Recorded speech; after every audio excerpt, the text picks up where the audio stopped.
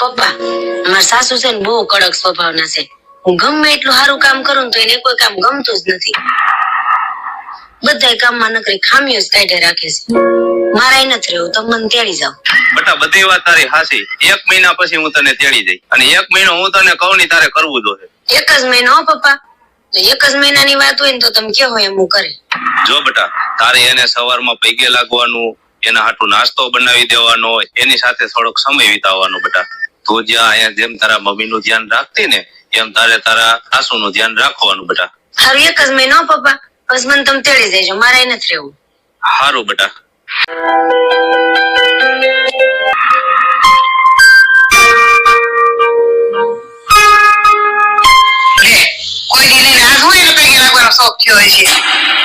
નાસ્તો તો બની લો એટલે હારે નાસ્તો કરી લે. મમ્મી નાસ્તો બની ગયો છે, હાલો હું તમારી ડીશ તૈયાર કરું છું.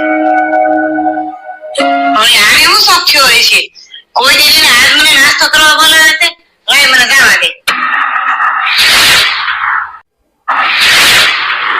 મમ્મી તમારે શું જોવું છે ટીવીમાં એ હું તમને કરી દઉં.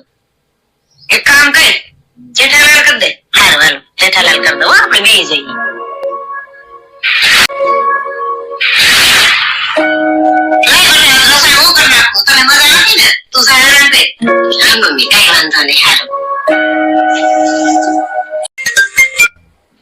હાલો પપ્પા. હાલ બેટા હું તને તેડવા આવું છું અને તું તૈયાર થઈ જજો બેટા. હવે એની જરૂર નહીં પડે પપ્પા, તમારી વાત હાવ સાચી હતી.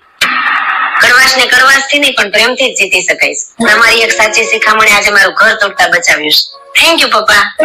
કાંઈ વાંધો નહીં બેટા, તું તારું અને તારા સાસુ સસરાનું ધ્યાન રાખજો બેટા.